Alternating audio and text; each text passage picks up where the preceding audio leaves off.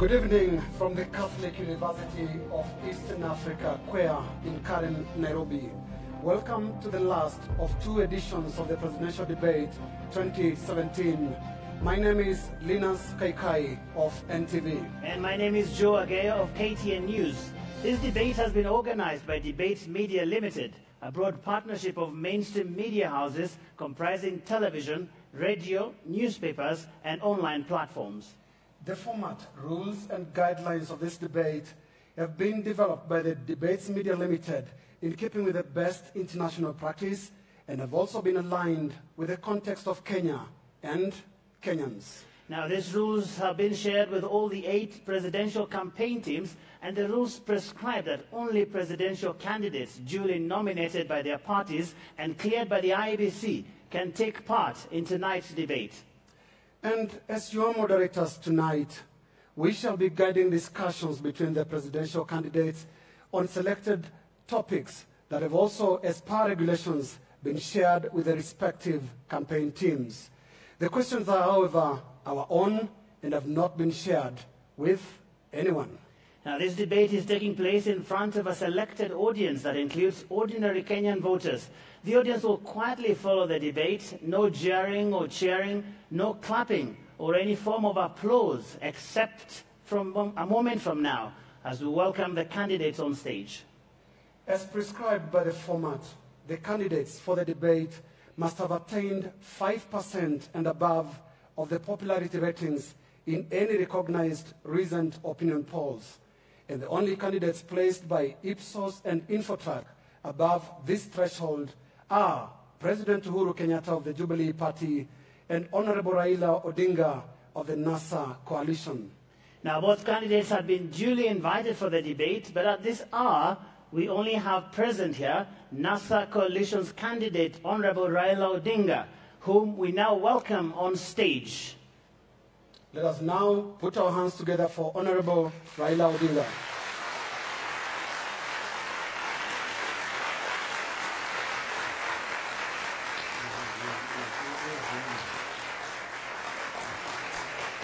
Thank you very much, Honorable Raila Odinga. Now, as we mentioned, we had duly invited the President, who is also the Jubilee presidential candidate for this year, and the half-hour wait was to try and give him ample time to get here if he was on his way. But as it is now, we shall begin the debate, and we'll start with my colleague, Linus Kaikai.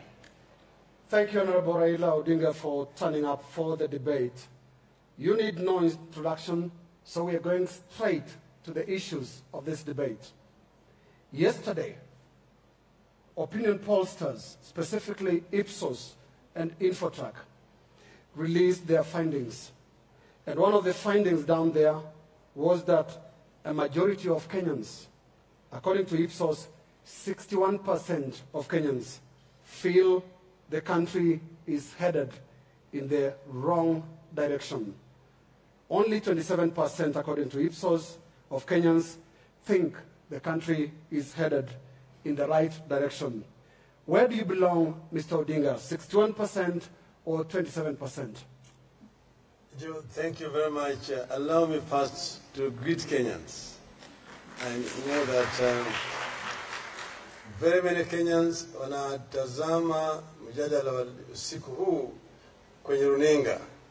Nataka kuchukua fursa kuwasalimu na vile vile kuambia ya kwamba tumekuja hapa kama Wakenya kujadiliana juu ya shida ambayo imekumba Wakenya wote kwa jumla, na sio tu kuja kwa mambo ya upinzani, lakini kutafuta suluhu kwa yale shida ambayo inakumba sisi kama Wakenya wote.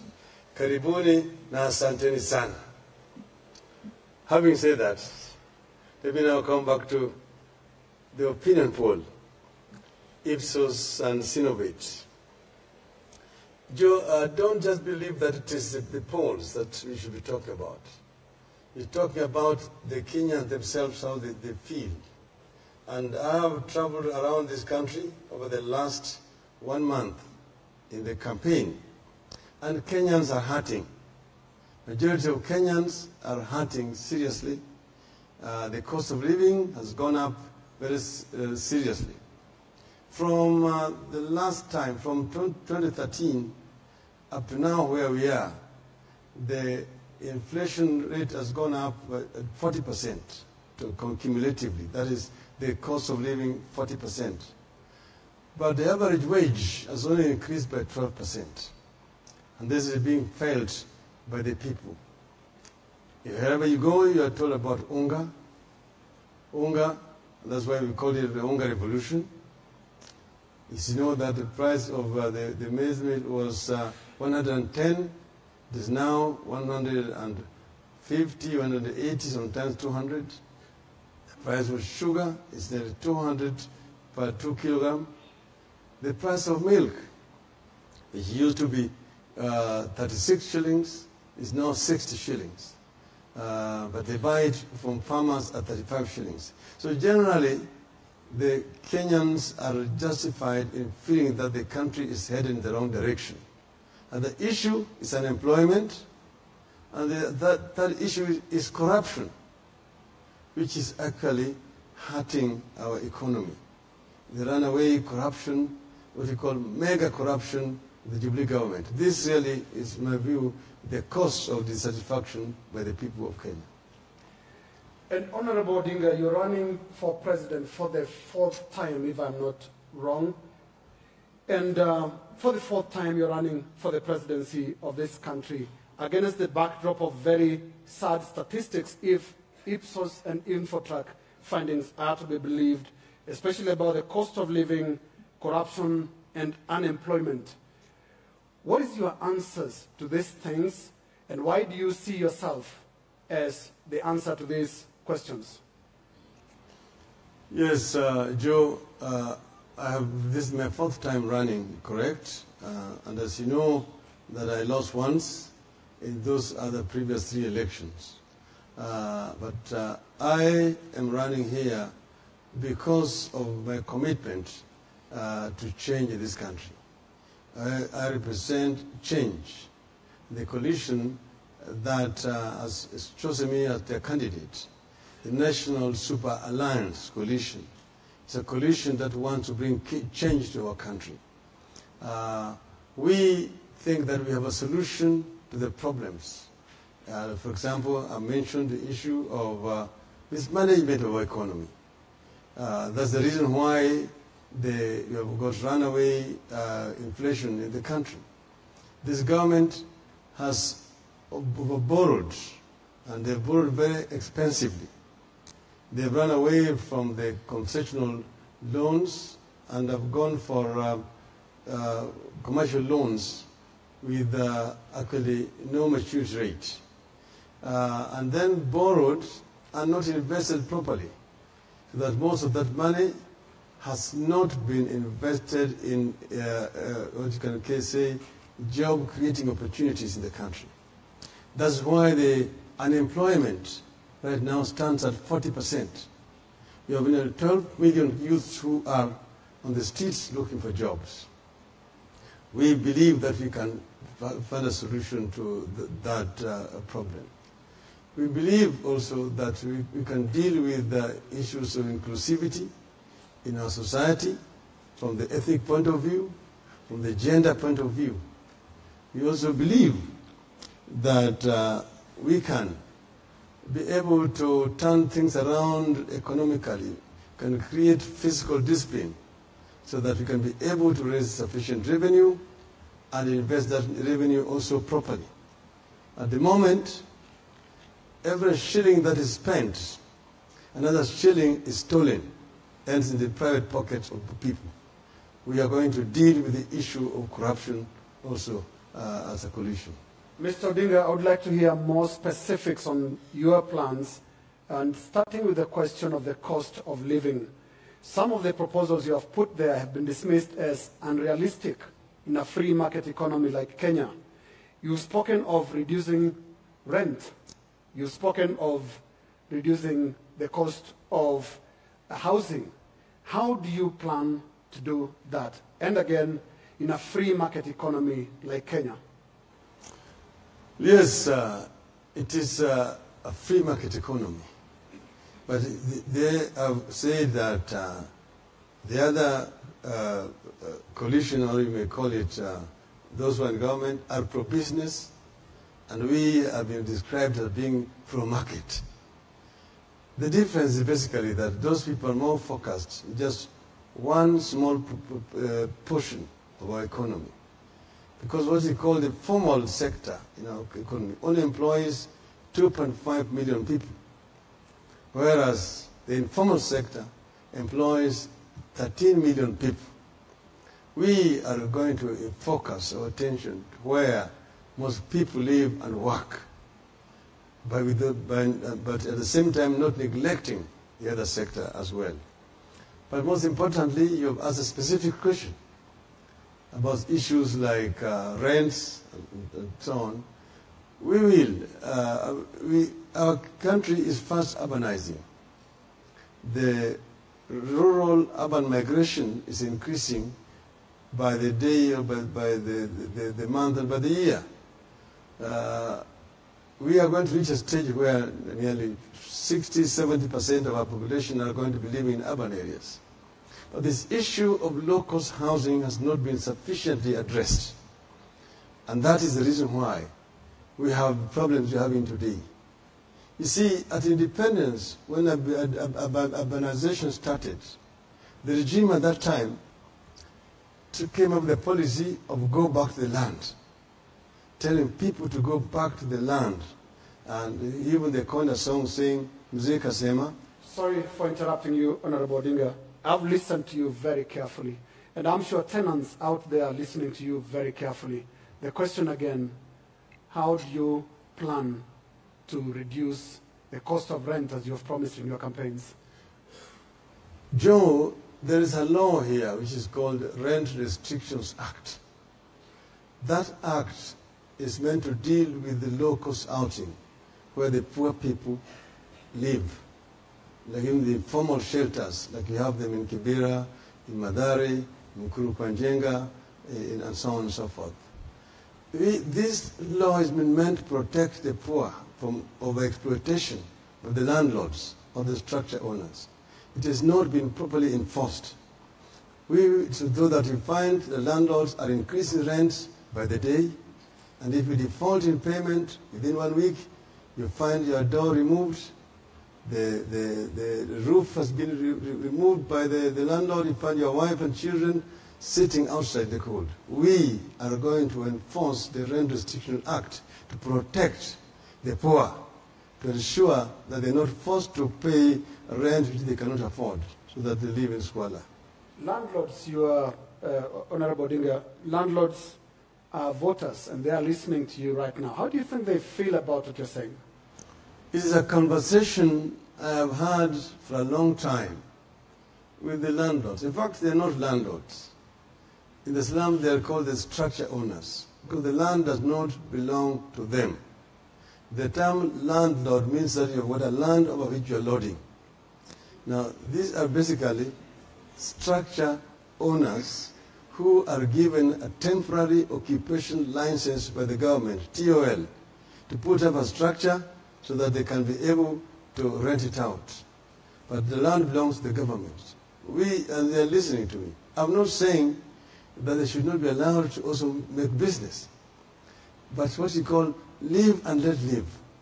Let them make the money, but let also the poor not be so much exploited so that they're not able to put bread on the table.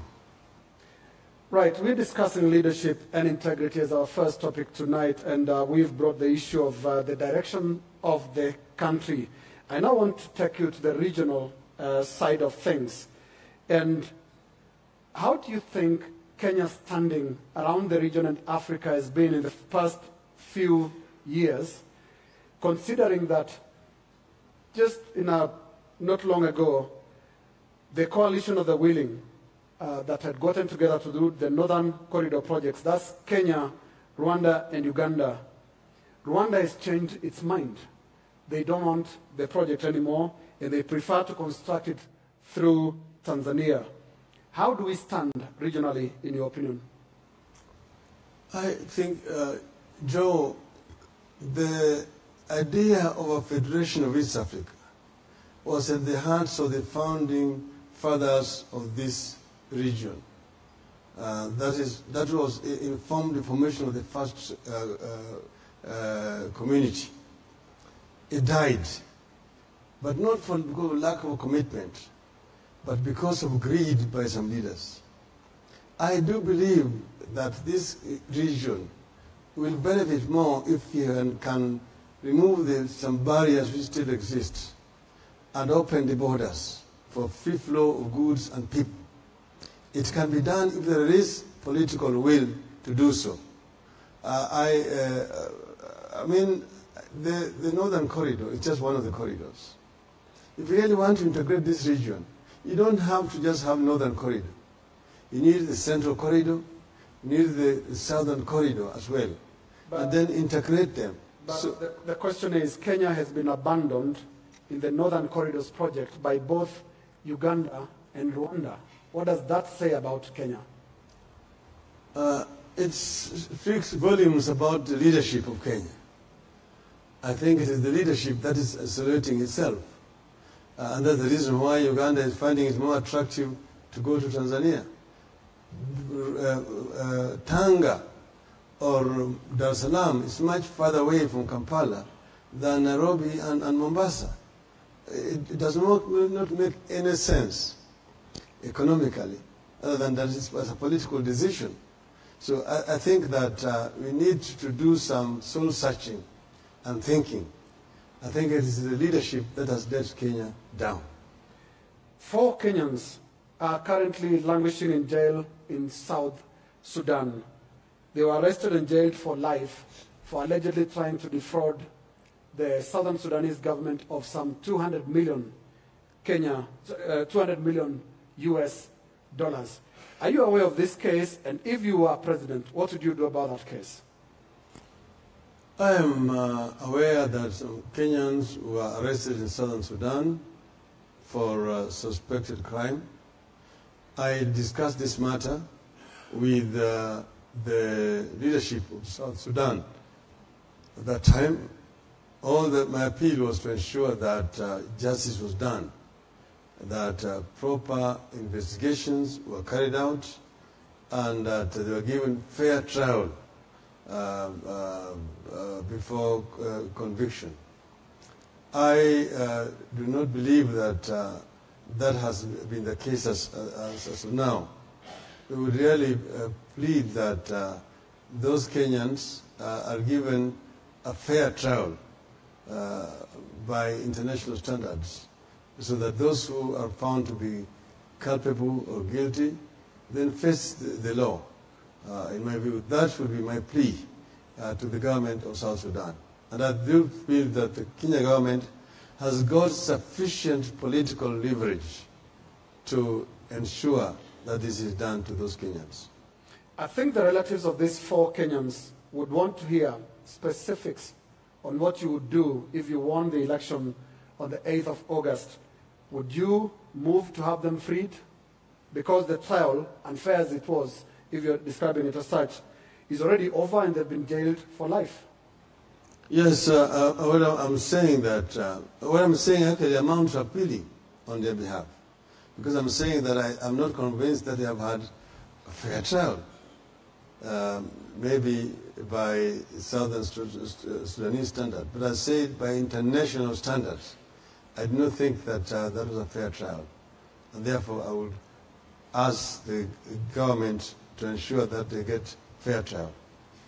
I want to stick still to the regional issues and bring up the very interesting issue about a tallying center in Tanzania. Is that true? Are you through or you are still I'm through. I thought you were continuing the question. No, you had the question, Honorable Odinga. No, Joe, certain things exist in people's imagination. They have accused Tanzania government of hosting a tallying center for us. Why do we even need to have a tallying center in Tanzania? We are going through an electoral process. And the law does not prohibit anybody from tallying the results. The Constitution is very clear. and even the rulings of the courts are now very clear, that the results as announced by the presiding officer at the polling station cannot be altered by a returning officer at the constituency level. Tallying. Then the tallying results at the constituency level announced by the returning officer are also final, and they cannot be altered by the commission sitting here in Nairobi. That is the law as it stands right now. And Honorable Odinga, we'll come to those details when we discuss but I'm going the to the credibility issue of the tallying center. Yes, tallying center. Please address yourself to the question of So tallying center. we have made it very clear that we are going to be tallying so that we can be able to compare our results with those of the IBC. So why should somebody be worried about a tallying center, even if it is in Germany, even if it is in the United States, or if it is in the moon? Why should that be an issue? Why should that be a security issue? Because we are just adding up results and storing it. We are storing it unless somebody intends to rig. Why should that be a matter of national importance to the security intelligence of this country? So do you or not have a tallying center in Tanzania? We have a tallying center. In Tanzania? In Kenya, and in Kenya, and in the clouds. Well, Honorable Odinga, let's come to the issue of elections. And you've been accused by your opponents of crying wolf. Every election, you've run for the fourth time now, and almost every election, you always raise questions about the credibility of that election way before it is held. You have, for example, made very serious allegations this year that the election is about to be rigged using, among others, the military. Is that something you would repeat? Is that a statement you would repeat in this debate? Joe, I've not been crying wolf. Kenyans know the truth. You know what happens in 2007? That when we were leading by over 1 million votes, and the total number of votes which were left could not even close that gap, they shut the media, stopped the media from live transmission, and then went on to rig the results. Everybody knows that. Even Mr. Kriegler came and has in his report. Even Mr. Kivit himself, when he was asked, he said he did not know who won the elections. That's the chairman of the Election Commission. Last time, the results are also now out. That 12 million people voted for the president, but only the 10 million people voted in the other 5 elections. Meaning that there are 2 million Kenyans who went to the booth and only voted for the president, did not vote for anybody else. Nobody can believe that. So now, we have said that they are at it again, because they have sensed defeat. The figures are not adding up. And that's the reason why they are involved in the security forces. And I've said that the Kenyan military has such a reputation internationally.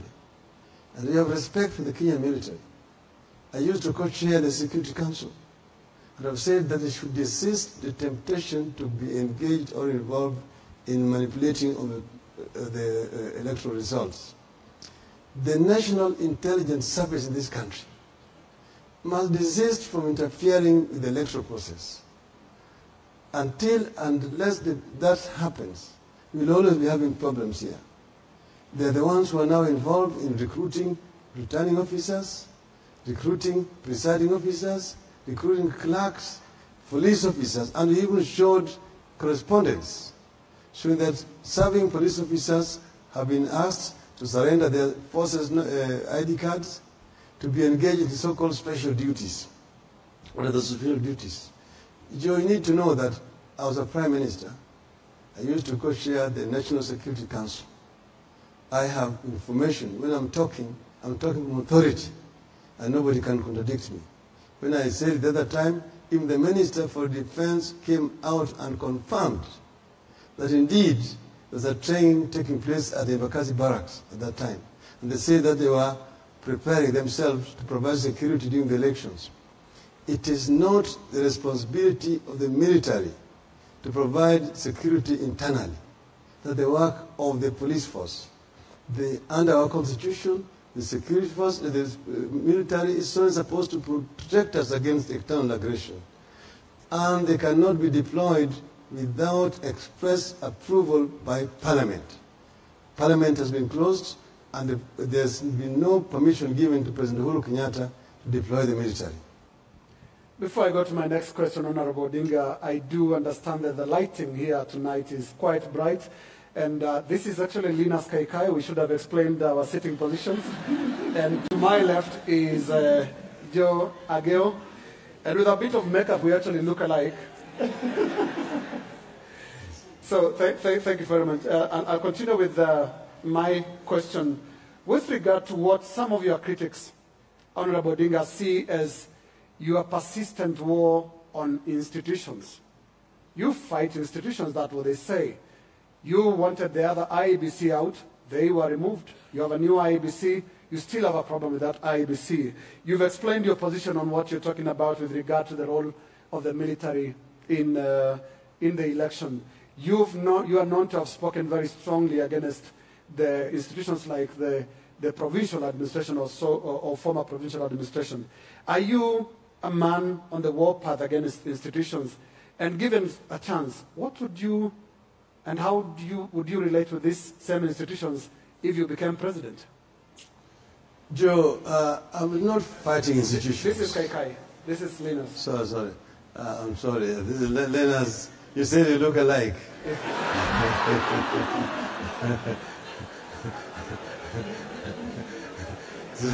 So I'm justified in confusing your identities. Absolutely. Go ahead. Whenever you see me criticize an institution, I'm not doing what you call negative criticism. I'm doing what you call constructive criticism, with a view to trying to make those institutions change. You know, we have a new constitution. If we had not been fighting the institutions, we would never been having we would not be having a new constitution today, because everybody else wanted the status quo to remain. Remember the talk at that time that Kanu will rule for the next 100 years. The country was not cohesive enough for multipartyism and so on. So we all the times want to bring improvements. You have a new constitution. Now this new constitution needs to be implemented. Unfortunately, the responsibility of implementing this new constitution fell into the hands of those who opposed it. Remember the red cadres and the watermelons, and they're the ones who are in charge. So they are actually undermining the new constitution. They are undermining some of these institutions, like the Electoral Commission. The Electoral Commission should be an independent body that exists and works independently without interference from the executive. But if you see Mr. Matiang'i coming out and telling the political parties that, oh, no, only one person is going to be allowed at the polling station as an agent, people are not going to be allowed, they will vote and leave, so on. You ask yourself, in all fairness, Mr. Odinga, your grievances against IEBC are older than Matiang'i's term as acting CS in charge of securities.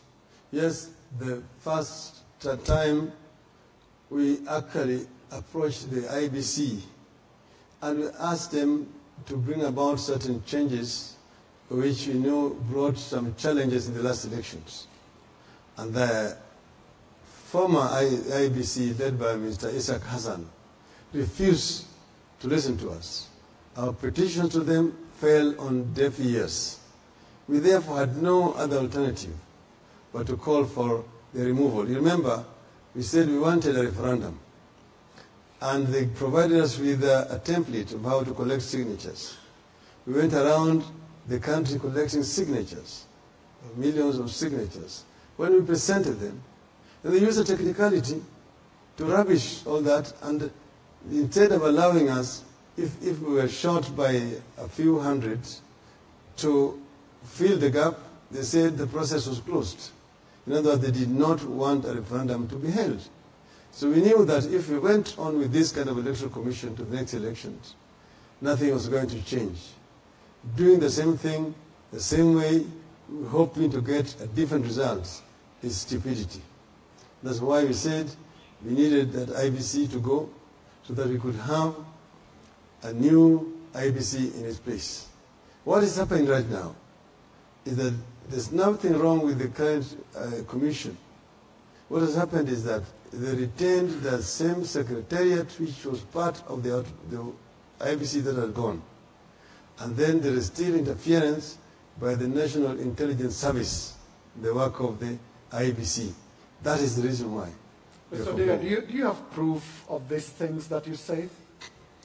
Joe, Linus, sorry. I told you that I never talk in vain. When I speak, I'm speaking from the point of view of information, which from an inside, because I have my sources inside. So what I'm talking about is just wild allegations.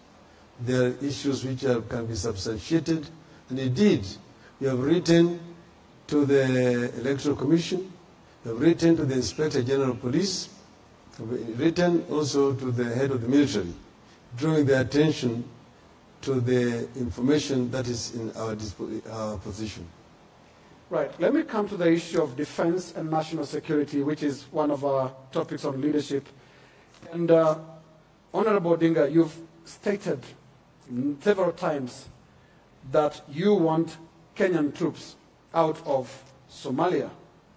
But you've never, with clarity, indicated how you intend to tackle the persistent problem of terrorism, especially Al-Shabaab activities inside Kenya, Lamu, and other coastal areas. What do you propose to do after pulling troops out if elected president?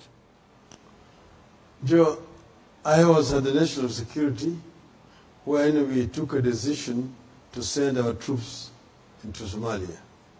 But I had, as a Prime Minister then, to go to Parliament, move a motion seeking parliamentary authority for us to deploy our troops. We called it Operation Linda Inch, meaning that Operation Defend Our Country. They moved into Somalia. Then we got information from the military that just pushing the Shabaab in Somalia will not amount to much unless we liberated the port of Kismayu, which was the main source of supply. We did apply for international support. The US declined, the EU also declined.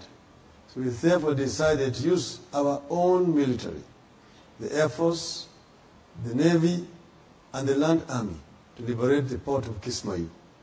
That caused a relief to Ugandan troops which were marooned in Mogadishu. Thereafter, we should have retreated back to our borders. But what happened was our troops were then rehatted and made part of the AMISOM troops inside Somalia. In the meantime, the Al-Shabaab has continued to penetrate our territory and carry out attacks in Mandera, in Wajir, in Lamu, and so on and so forth. The AU had passed a resolution saying that neighboring countries should not send their troops into their neighbors' territory for fear of retaliatory attacks. We have now witnessed to these retaliatory attacks. We saw what happened in Westgate. We've seen what has been happening around. So what we said is that we need to withdraw our troops strategically from Somalia to our border and seal our border and provide strategic support to the AMISOM troops inside Somalia. And then at the same time, increase our intelligence here, intelligence gathering, so that we can be able to nip any pending attacks in the bud. We saw what happened in Mandera, saw what happened in Westgate the other time. I want to say that if I'm president, I will not be watching the Formula 4 in Dubai when Al-Shabaab are attacking our people in Westgate. I will lead from the front. And I think that this government has not done exactly what is needed to provide sufficient security for our people. Honorable Odinga, sticking to the Al-Shabaab question, I would like you to respond to some of the accusations that have been coming through from the government. Back in 2015, I think, when Mpeketoni was attacked, President Kenyatta, who is not here tonight, claimed that the attack in Mpeketoni was political. Last week, in the wake of the attack that included the kidnap of PS Mariam El Mawi, Coast Regional Coordinator Marwa Nelson claimed that politicians were behind these attacks. Both suggestions by the President and Marwa were pointing inwards, that is within Kenya, that politicians within Kenya were behind Al-Shabaab attacks. It is most unfortunate, Linus, that the government, and particularly the President, should be playing internal politics with the matter of security, particularly where the lives of Kenyans is concerned. At that time, the allegation was made that it was a work of some local leaders. And remember, the Lamu governor actually was supposedly accused. And of course, he came out saying he had nothing to do with it, and nothing has happened to him. But Marwa himself, with his other people, they organized attack of innocent Kenyans in Likoni, supposedly as a retaliation to what had happened in Lamu. The Al-Shabaab, of course, owned up and said that they were the ones who were responsible for the attack in Lamu. The other time, we saw what was happening in Garissa, the attacks in Garissa. You see the level of unpreparedness of our forces. When students were attacked in Garissa and they were crying for assistance, it took more than 7 hours for us to send support from Nairobi, for the Kenya Air Force to send support to go and rescue those students in Garissa. On national days, you always see the parades and the air shows.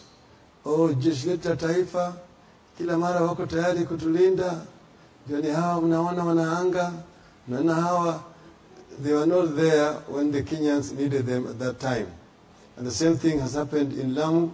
Instead of actually taking what is happening in Lamu seriously, they are playing politics with it. This is very serious, and it's the most unfortunate that this should be coming from what is supposed to be the commander-in-chief of the armed forces of our republic. Honorable Odinga, the structure of this debate was supposed to accommodate your opponent, Uhuru Kenyatta, who has not turned up, but I'm sure he's watching. And we are going to be taking a break in a short while and continue with the second part. But before that, I needed to address questions of integrity. What is your position on integrity? Because you've been accused many times of taking positions that are convenient. In corruption scandals, for example, affecting political personalities close to you, you do not come out as strongly as you come out on other cases. My colleague Joe Ageo will be addressing the issue of corruption, but I'll just ask you on a bit of your personal handling of the 2008 food security strategic grain reserves importation, in which your own Chief of Staff, Karoli Omondi, signed, and this was captured by a PwC report that indicated that that was unprocedural. And indeed, you are also in the middle of what was then a maize importation scandal. Yes, Joe, thank you very much for that question. Now, let me go straight to that specific question you've asked about maize scandal. You know, the maize scandal itself was a bigger scandal. But before I go to the actions I took, there were people who had been mentioned, including ministers in that maize scandal. There were two of my officers, my chief of staff and my permanent secretary. I immediately asked them to step aside so that the investigations could be carried out. With respect to Mr. Karoli Omondi, the investigations were carried out by PricewaterhouseCoopers. Because yes, Mr. Karoli Omondi had signed authorizing the National Cereals Board to do the importation. What had happened was that there had been delays by the ministry and the NCPB to place the order for maize consignment coming from South Africa. As a result of which, the prices had gone up because the port of Durban was not available and they had to ship to Maputo. We had to go to Cabinet to seek Cabinet authority to pay additional 14 million shillings for that consignment. Once the Cabinet had authorized, I instructed Karoli Omondi to inform the Cereals Board that they must place the order immediately so that the cost does not go up again. The Cereals Board then demanded that he signs that he had authorized. I told him the memo was going to come from then the head of public service, Mr. Mdaura, containing the Cabinet approval. That Cabinet approval was eventually shown to Pricewaterhouse. Mr. Karoli Omondi was cleared. The same thing with my permanent secretary. But you need to know that I also suspended the minister in charge of agriculture, who had been giving his friends letters to go and take maize from the National Cereals Board, the current deputy president. But that decision was countermanded by the president. And I would like you, Honorable Odinga, to be more clear on the issues you're addressing right there. The meeting of the 30th July 2008 in your office, attended by Naomi Sheban, Minister for Special Programs, William Ruto, Minister for Agriculture, and John Mishuki, Minister for Finance. And from our sources, this meeting was split because you preferred yourself getting maize from South Africa. Naomi Sheban and William Ruto, on the other hand, preferred to get it from Tanzania. And it seemed, according to the details of that meeting, that you lost that argument. I did not lose the argument. I was the Prime Minister. I did not lose an argument. We were very flexible. It needs to be known that at that time we were looking for maize which was GM-free. And it happened out that at that time it was only in South Africa. Tanzania had actually banned maize importation because they themselves had a shortage of maize and they were not going to export to Kenya.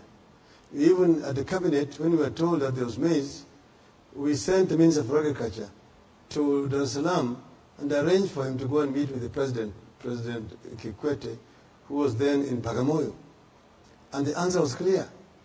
Now, Madam Naomi Shaban was talking about us getting maize through pie routes from Tanzania into Kenya.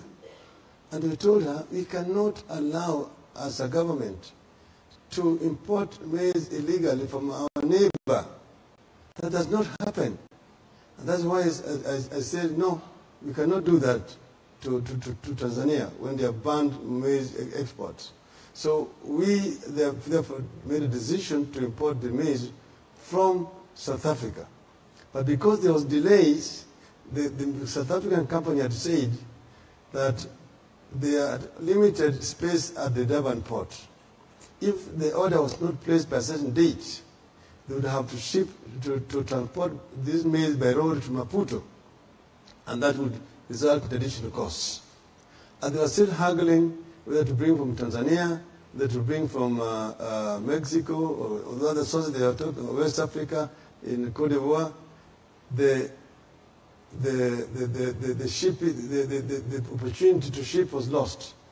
And the cost therefore went up by $14 million. And And when they wanted us to place the order, I said, no, we cannot place the order because there's additional $14 million. You have to go back to the cabinet to seek cabinet approval. That was the reason why there was delay.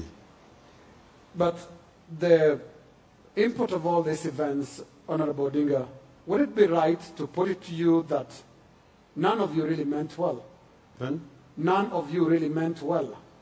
Both yourself on one side, William Ruto and Naomi Shaban on the other side, your interest was to get selected importers to do this for purposes of profiteering. Linus, the work of a prime minister was basically coordination. That's how my office came in. That's why there was Ministry of Finance, there was Ministry of Agriculture, there was Ministry of Special Programs. Ministry of Finance because they were paying, Ministry of Special Programs, they were the users, and Ministry of Agriculture for obvious reasons. So the decisions were basically theirs. My office was basically just coordinating to ensure that these things were working smoothly. And that was the decision that was taken jointly between the President and myself. So we didn't even know the companies which were going to export this maize. That the tendering was done by the NCPB. Everything was done under the Ministry of Special Programs and Ministry of Agriculture. Us was just to sit down, and these were brought for us, and to decide that this is what is workable, this is what is working in terms of our interests as a country. This is where we are going to get value for our money as a government. So we were not involved. Office of the Prime Minister does not procure. The Prime Minister just coordinates the functions of the government. Integrity is the question, and Honorable Odinga, that on that note we take a short break. When we come back, Joe Agio, my colleague, will be proceeding with this, forward with this conversation. Join us shortly after this.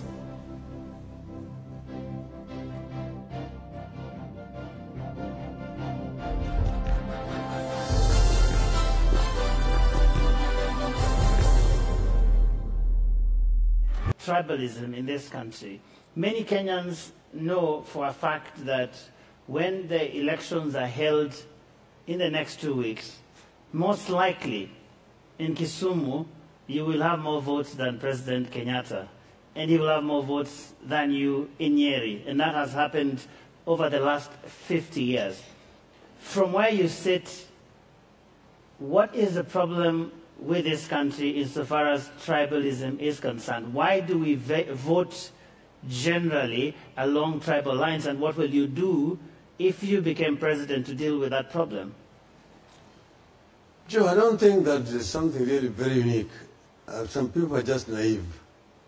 You see, even if you go to the UK, the country is owned. There is what's called the Tory safe seats and the Labour safe seats. The seats which are known are going to be won by Labour, the ones which will be won by the Tories. If you go to the United States, see in the elections, some states are painted red, others are blue.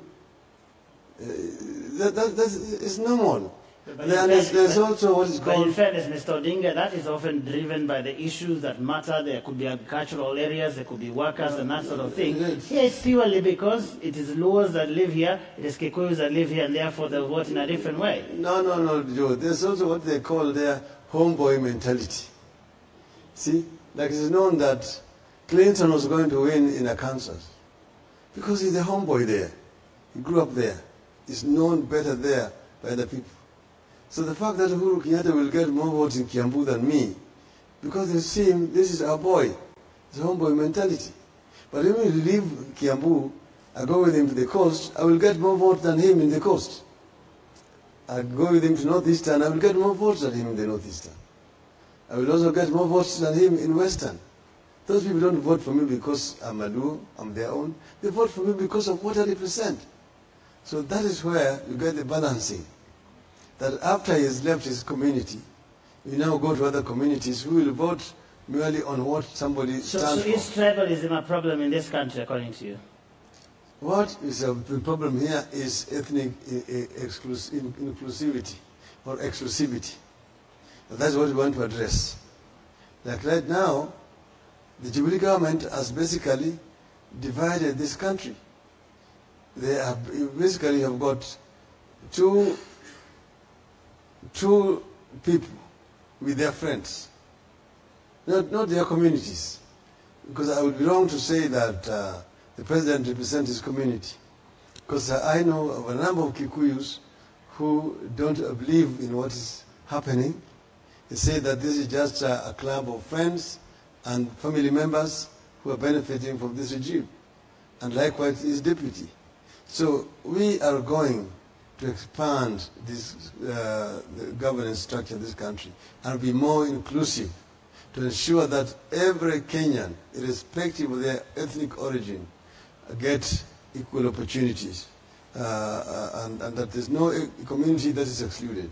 But Mr. Odinga, people who look at your own record often charge that while you were Prime Minister, that your office had quite a number of people from your ethnic community, and that as a matter of fact, even in your politics, there are people who are related to you who often get nominations to run on your ticket, and that somehow your politics has also been defined by tribal inclined decisions. Joe, if you go and look at the list of officers in the office of the Prime Minister, it was the most inclusive office that has ever existed. Because it was new, we started it, and most of the heads of departments came from all parts of the country. Even the junior staff in the office of the Prime Minister came from all over the country. So that allegation does not bear the reality on the ground. And the facts are there, you can go and examine them. You come to people who are appointed. I did not know, Joe, that if you are now in the government, you are Prime Minister, then none of anybody so remotely related to you can be employed by the government. I didn't know that. The only person who was employed was my sister, who was employed as an officer, consulate in LA. And she was a competent Kenyan. She got a PhD. And she was chosen by the Minister of Foreign Affairs, had nothing to do with it.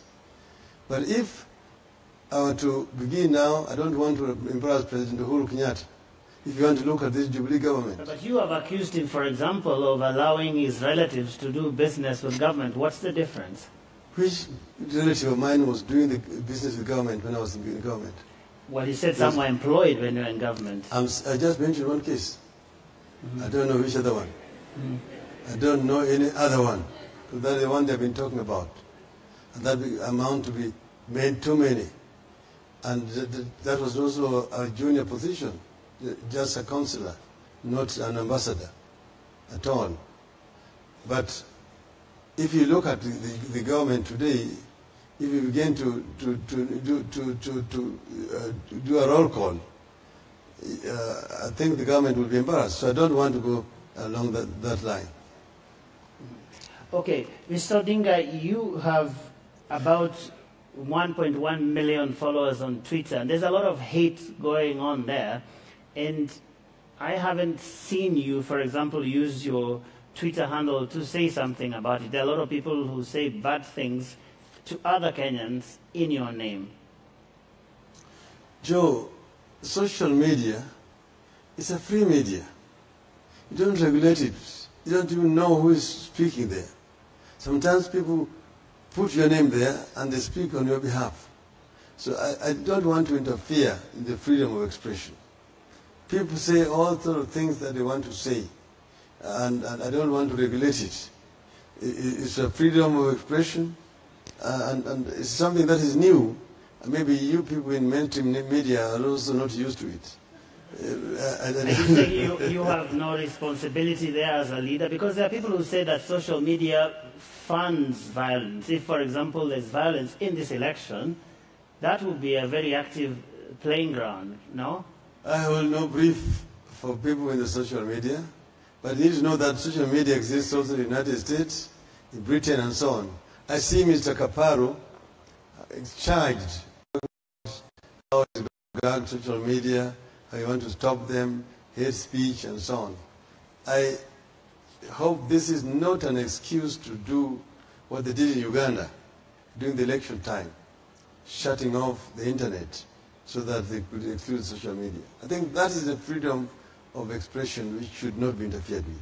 All right, Mr. Odinga, before we move to the next stage where we'll open this to the audience here, I want us to revisit an issue that my colleague Linus touched on, and this is the issue of corruption as our next segment here. And you said that one of the reasons why the cost of living is rising in this country, and one of the reasons why you believe the country is headed in the wrong direction, is because of runaway corruption. As president, if you get elected, what will be your specific role in the fight against corruption? Joe, corruption exists virtually in every country. The difference is that in some countries, when it is uncovered, action is taken against the people who are involved. And that is where we are different. That's the reason why Kenya ranks very high in the Transparency International Anti-Corruption Index. I think this now rank Kenya as the third most corrupt country in the world.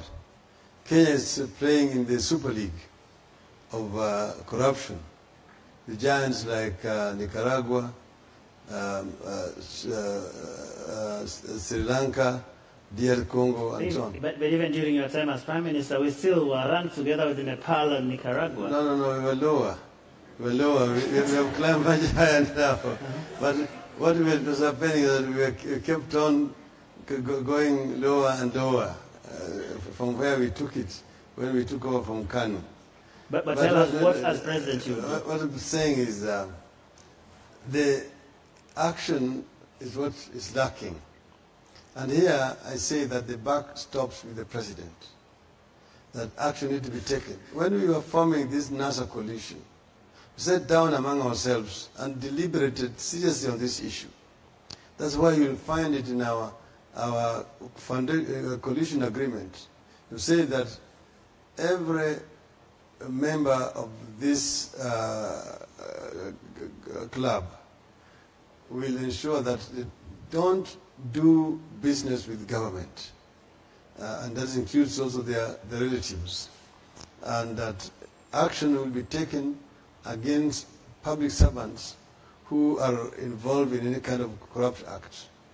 If you find a situation where a president convenes a meeting in the State House to talk about corruption, and then admits publicly, I've done this, I've done this, I've done this, and this. What do you want me to do? I've failed. Basically, expressing failure. I say, Mr. President, the buck stops with you. If you have failed, then pack up and go home. Well, that's fair enough, and that's easy to say. But I have listened to the president when he speaks about corruption, and I think this is what he says, that he has ensured his government has provided money to the agencies. He says all the commissions are independent, ESCC, Directorate of Criminal Investigations, the courts are independent, and that he fired certain people from his cabinet, which was within his powers to do, and that based on what the Constitution says, there's nothing left for him to do. If you were in that situation, what is that other thing you would have done as President Raila Odinga? First, Mr. President needs to allow the independent institution to work independently. He took a list which had been given just for information, names which were still under investigations. And because he was in a hurry, he went and tabled it in Parliament. Some of those people had not been found guilty. There was no sufficient evidence against them. And he tarnished names of very many innocent people. Then, on the other one, when we looked at that list, we found that a number of names were actually missing. Some names had been expunged from it. And I challenged him. And I said there was a name here of then the Minister for Devolution, which was here and has been removed. And I showed him where the name had been removed. Then came the NYS case. And I told him, I know what is happening in Kibra. I know how NYS was being looted. And I said, the suspect is so-and-so. They came out and said, I should leave that lady alone, that I should face them directly, himself and his deputy. He could call a press conference in State House. When later on evidence emerged linking that minister with that scandal, Deputy President went to a church in Githurai and said that that lady should stop speaking too much English. She must answer. You know, for your information, Joe, that lady is the candidate of Jubilee for gubernatorial elections in Kirinyaga. So what would you have done, Mr. Odinga? I would have taken action, a la Magafuli style. I would have Magafuli'd her.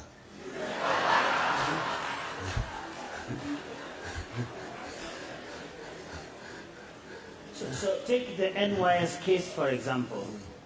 What would you have done about it that is different from what President Kenyatta did? NYS case? Yes. There was glaring evidence. Those companies which were formed are all fictitious names. They're basically people who are fronting, or the people behind it. It's very easy to find out who is behind this company, this company, this company. I can't even tell you the individuals who are involved. I will ensure that action is taken, that money is recovered and put to good use. I told you that the mega corruption of the Jubilee, amounting to about 350 billion shillings, is also responsible for our plight today here. Every Kenyan is owed 7,500 shillings by the Jubilee government. Every shilling that they spend, 1 shilling is lost, is going to people's private pockets. So they come up with budgets of billions and billions. You put billions in health, billions in education, billions here. All those billions don't go to proper use. They're all misappropriated. I mean, a big chunk of it. All right, thank you very much, Mr. Odinga. We want to move to another special segment in our conversation this evening, and that has to do with the audience, the very patient audience that is behind us. And my colleague Linus Kaikai is going to take the first question with the audience. That's right, indeed. We do have the audience seated in here, and we've also received very many questions by email prior to this debate, and we do appreciate the number of questions that we did receive, and apologize it will not be possible to have all those questions answered. A lot of questions directly asked to President Uhuru Kenyatta, and a lot of questions asked directly to Honorable Raila Odinga. From the audience now here, let me bring in some of the people who are here to raise their questions directly. And first to go, Phyllis Omido. Phyllis, your question, please. Thank you to the organizers and Your Excellency. We honor you for coming. Thank you for respecting Kenyans. The largest contributor to climate change is carbon emissions. And this is mostly from large business projects that are very tragic, like the Lamu coal plant. Kenya has had a maize crisis, which government has largely blamed on climate change. But even after acknowledging the contribution of climate change to food security, both manifestos were silent on mitigation measures to our communities, to the Kenyan citizens, especially the farmer and the poor. So even though I know your manifesto offered us a leeway in terms of environmental and social impact assessment before setting up of projects, would like to know in cases like the Lamu coal project, which is a very tragic project to put up in such a place because of the impacts to the ecosystems and communities, what would you do as the executive to address this issue, bearing in mind that Article 69 and 70 is not affordable to communities, to poor communities like the ones in Lamu? No, I really want this question from again. That's fine. Phyllis will come back to you. Let's go to Flora Nyaga. Flora, are you in? Please ask your question. Phyllis will come back to you. Thank you. My name is Flora Nyaga from Embu County. Honorable Odinga, please tell us how you have prioritized the main challenges that you will be faced with should you win the forthcoming general elections. And how will you translate these into realities in terms of solutions for the ordinary Kenyans. Thank you. Thank you, Flora. I think, Honorable Odinga, you can answer that straight away. What are your priorities when you...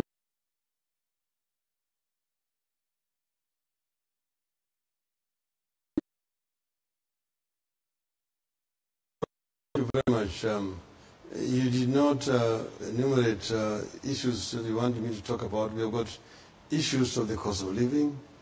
You've got issues of unemployment.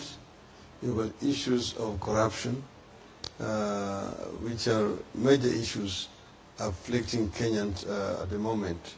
And we have got issues of devolution. Let me begin first with devolution. We have stated clearly that when we take over, we will devolve more resources to the county governments so that they can be able to meet the challenges facing them with respect to devolved functions. So we said we will increase it from 15% to 45%. And that is a commitment that we have. In regard to issues of unemployment, 40% of our population is unemployed. You can say roughly 12 million youths are out there on the streets who are unemployed.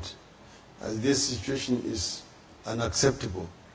And we say that we are going to look at areas where we can be able to create employment faster.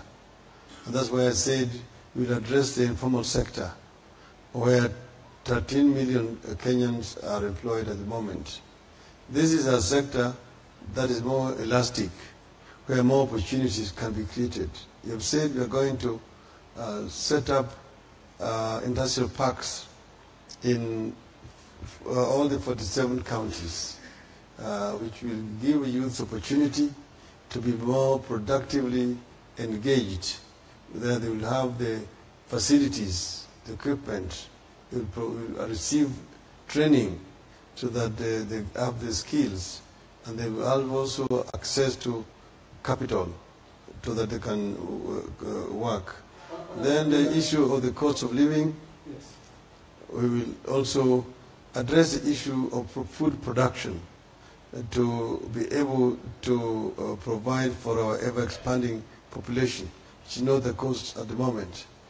And in order of priority, Honorable Odinga, if I understood for Onyaga well, what are you going for first as soon as you take office?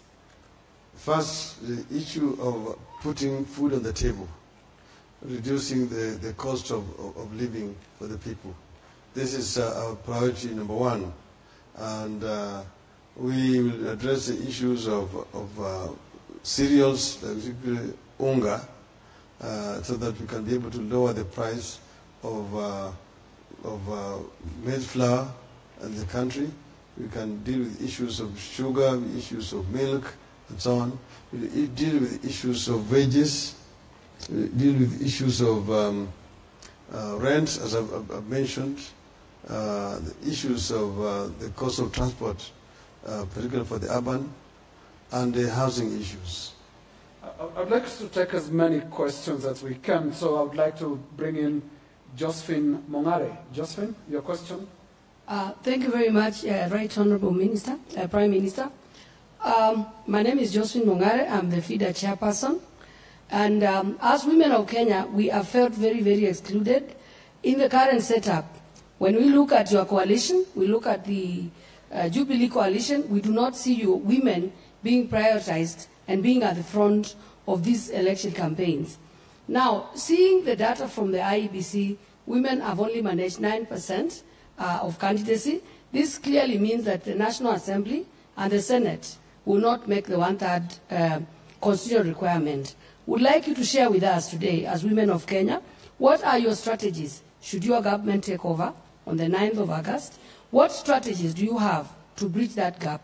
One, in your government, and two, in Parliament. Because we have done what we could do as the women of Kenya to make sure that the 11th Parliament passed a law which was not possible. Now we are going to an election, and clearly we will not achieve one-third gender role. Thank you. Thank you, Josephine. Yeah, the issue of women inclusion is very central to our policy. And when we talk about this, it is not just a question of women being members of county assembly, members of parliament, members of the Senate. We're talking about opportunities available for women in society generally, because that's where we're going to absorb more women. Because we're talking about parliament, you're talking about just 350-something people. It's pretty very few. There, what we need is to have a law passed. And as you know, although Jubilee had said they are going to do it, the parliament was closed without them doing it. And in parliament, we had what was called tyranny of numbers. We, as NASA, were very committed to having that law passed. But Jubilee denied us the opportunity to do it. That's why it's important to vote wisely. Vote more as members of parliament so that we can go and pass the law that will then bring more women into parliament. All right, Mr. Odinga, thank you very much. Our next question will come from Malim. Thank you so much, Joe.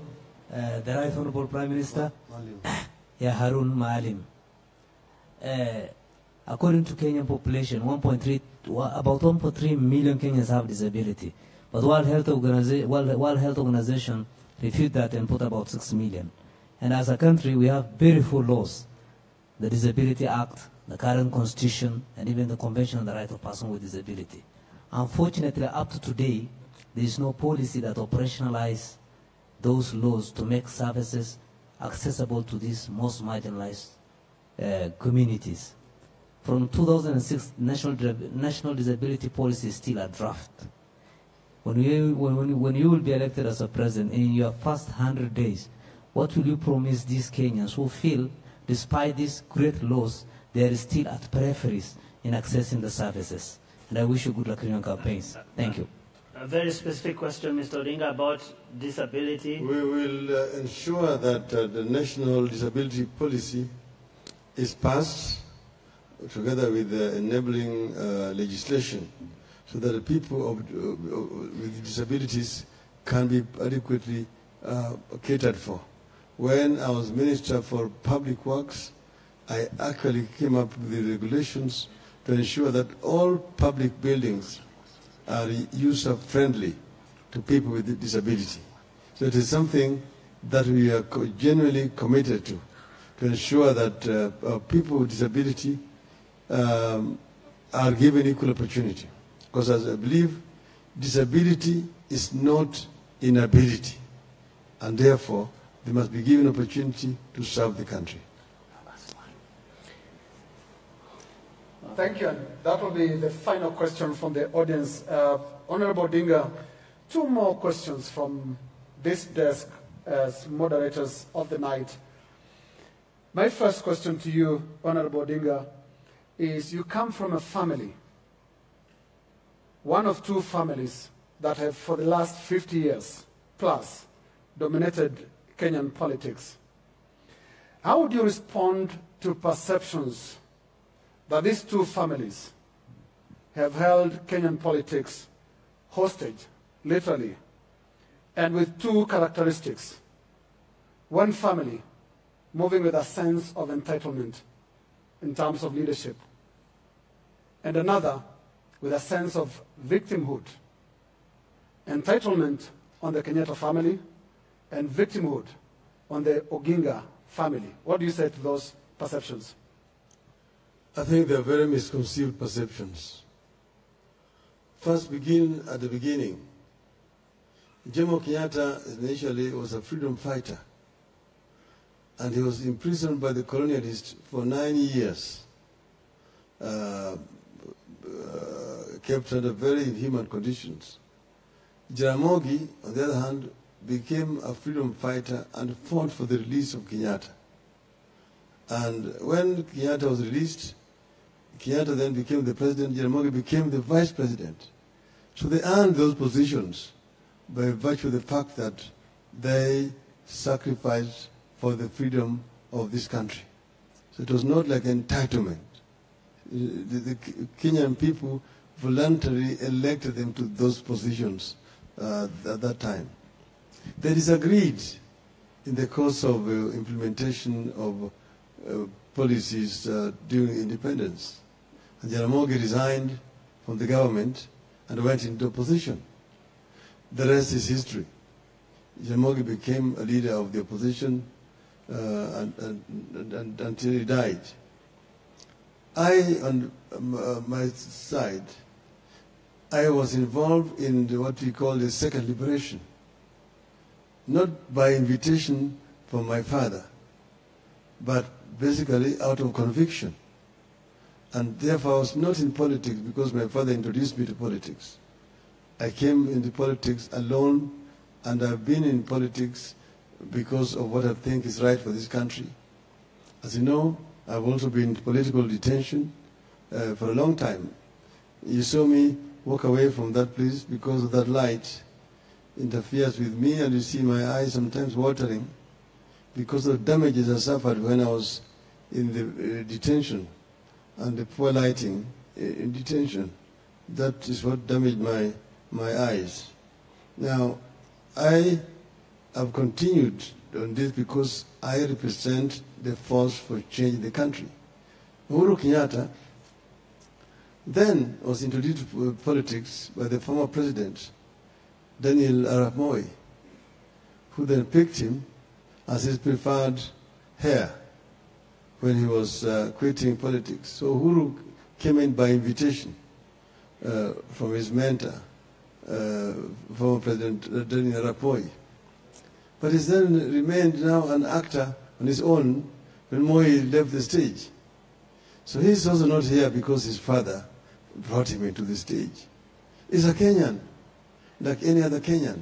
So I think it would be very unfair to infer that we have held this country hostage as families.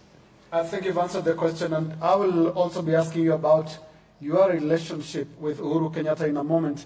But I think there's an audience question that we had skipped, Joe. Yes, and that was from Phyllis Omido. So we can do that before we wrap things up here. Phyllis. Thank you. So the biggest contributor to climate change is carbon emissions. This is mainly from big business, especially tragic projects like the Lamu coal plant. Kenya has had a maize crisis that government has largely blamed on climate change. And yet, even after acknowledging contributions of climate change to food security, all the manifestos were silent in terms of mitigation of impacts of climate change to our communities. Now, even though your manifesto gave a leeway in terms of environmental social impact assessment before projects, I would like to know that for cases like the Lamu coal plant, where it's clear that the social environmental impacts will be irreversibly terrible for the communities, what would you do as an executive to protect communities from such impacts? Well, we know that the climate change is a major threat to survival of humanity generally. And that's the reason why it's an issue that must be handled internationally. And that's why we have, as a country, made a lot of contribution to the debate on climate change all over the world. As a Prime Minister, I was very much involved in these matters. We as a country need to take action to protect our environment, to basically reduce the carbon emission coming from our country. Remember, I was responsible for conservation and protection of our water towers, which are 5 generally, and several others. We as NASA actually have discussed that issue, and that's why in our manifesto we're talking about doing due diligence on projects before they are sanctioned. You are talking specifically about a project in Lamu.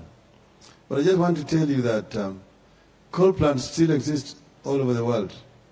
You go to China, they're there. You go to Europe, they're there. In the United States, they're there. There's what is called clean coal. Clean coal as opposed to just ordinary coal plants.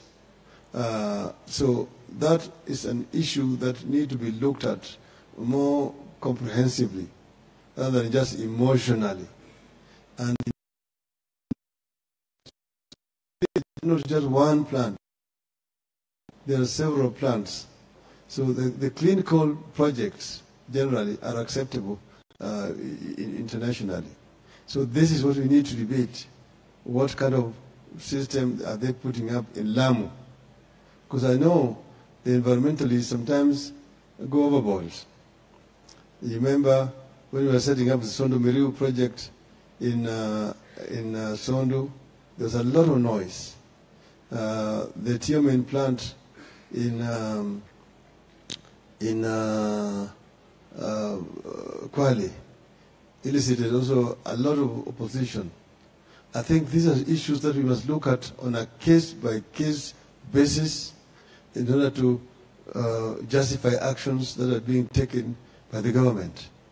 If the Lamu coal is a project that is going to destroy or interfere with the environment, of course we will not accept it. So it depends on what technology they're going to use. Thank you, Honorable Odinga. We have two final questions before we allow you to make your closing statement. And earlier on, you defended both the Kenyatta and Odinga family about their role in politics. And I now want to come specifically to your relationship with President Uhuru Kenyatta. In one of your many football commentaries, Honorable Odinga, you once said, in my presence as a reporter, that Uhuru ameanguka chini, sijui amekunywa nini, which in effect was a suggestion about sobriety or drunkenness.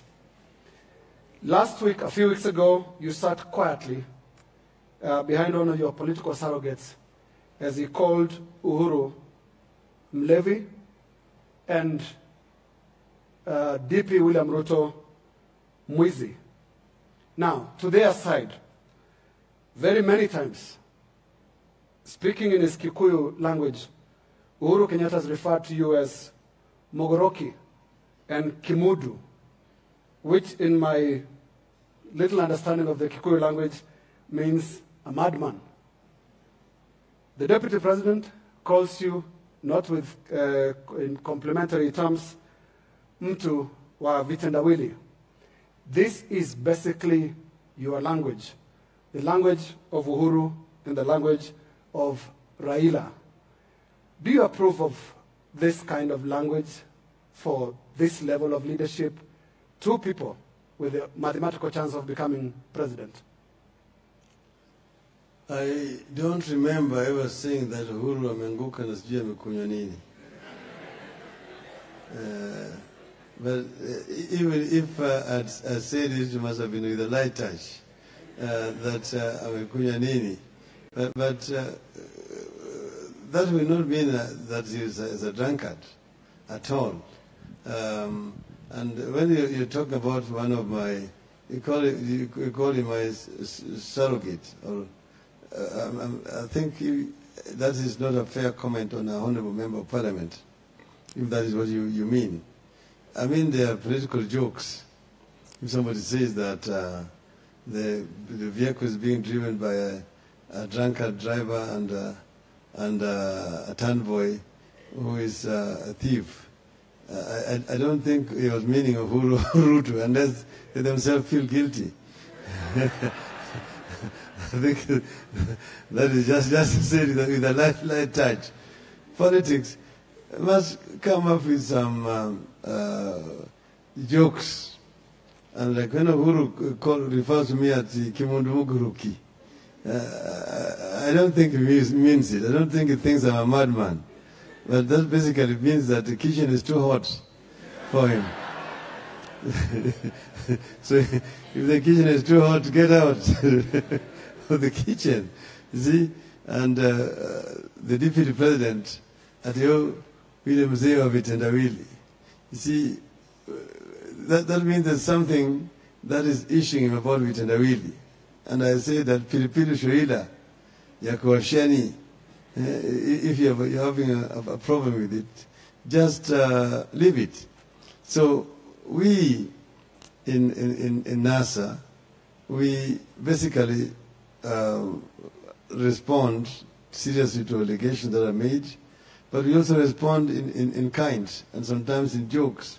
If the debris becomes very irresponsible, we tell them what we think should be right. That is politics, in my view. All right, thank you. Thank you very much, Mr. Odinga. Finally, there are a lot of Kenyans who are worried about the election we will have in the next 2 weeks. As a matter of fact, there are Kenyans who are stocking up. There are Kenyans who are making plans to travel to different places. There are even some foreign missions that are issuing some travel advisories around this election. Do you share those concerns, Mr. Odinga? I would love to inform Kenyans that Kenyans have a constitutional right to participate in these elections. I think there's some scarecrow. Some people are basically trying to scare Kenyans because they want to deprive those Kenyans of their constitutional right to vote. So people are being told, oh, there's going to be violence around. Some notes have even been written threatening some people so that the people can run away, particularly from urban areas, to go to safety. I have urged our supporters not to fall to this, that they should stay put. I don't see any problems happening. We have said that there will be no violence in Kenya so long as elections are free and fair. And the government has assured us that they are not going to interfere. The IEBC has assured us that the elections are going to be free and fair. So we should not be scared. People should not run away from where they're staying, because by running away, you are actually depriving us of your vote, either Jubilee or NASA. So we want these elections to be won fairly. And we want Jubilee to also desist from trying to manipulate the electoral results, as I mentioned earlier on, using the security forces. We want to win fairly. And if we win fairly, fine. You've also said that in the unlikely event of us losing, we will congratulate Jubilee. They've been asking you all the times, are you going to accept results? We will accept free, fair electoral results. Outcome. If they are free and fair, we will accept them. All right. Thank you very much, Mr. Odinga. Before you leave, we will welcome you to make your closing comments. Thanks. Let me stand up here. There are two groups of people I did not address. One issue of housing, I did not address it in the context that we are discussing it as NASA. That we are going to invest heavily on low-cost housing that is affordable to the population. Yeah. So that, please use the microphone. Yeah. That we are going to invest as NASA in low-cost housing, which is the problem right now. That's why people are having issues in the slums. That our youth can get decent housing when they get married as families. That happened in Hong Kong, in Singapore, in Malaysia. Okay? The other one are the single mothers. These young ladies who either have divorced, or their husbands have died, or they just got children. These mothers are having serious problems bringing up families. We say that we are going to pay special attention to this group so that they can be able to access capital, so that they can be able to do business or get employment, so that they can be able to look after their children properly. Finally, I just want to tell Kenyans that we are on the brink of history as a country. It has been a long journey to reach where we have reached today as a people. 8th of August is going to remain in the annals of our history as a very historic day for our people. Every Kenyan who is able, who is registered as a voter, must turn out to cast their vote to participate in history making. I'm sure that at the end of the day, Kenyans are going to emerge victorious. So we urge you, whether you're a Jubilee supporter, if you're a NASA supporter, turn up and vote for us, because Nane Nane will remain forever a very important day in your life. Thank you very much. Asanteni sana wa Kenya kwa kunisikiliza. juta ya kwamba ndugu yangu Uhuru Kenyatta hakukuja. Ningependa sana akae pale, nieleze yale maneno yote, akisikia apate fursa ya kujibu, lakini ameniwacha peke yangu. Ameniweka shere, lakini ndio ameweka boya hapa. Lakini pamoja na haya, mimi namtakia kila laheri, na hata na rafiki yake Bwana Ruto natakiwa heri. Nasema hiyo mchuano itakuwa ya kirafiki, na yule ambaye atashinda ashinde, na sikubali kushindwa, sio mshindani. Shukran, asante sana. All right. Thank you. Thank you very much. Thank you very much. Now that closing statement from candidate Honorable Raila Odinga marks the end of tonight's debate and indeed the 2017 presidential debate series. Indeed, we thank the candidate, the Honorable Raila Odinga, for the lively engagement, which hopefully the Kenyan voter watching tonight found useful. Now, on behalf of Debates Media Limited, all broadcasters involved and partners that supported this endeavor, we thank you. My name is Joe Ageo of KTN News. And my name is Linus Kaikai of NTV. Mr. Odinga, you may now step forward for a handshake and further interaction. To our viewers out there, good night and thank you for watching. Good night.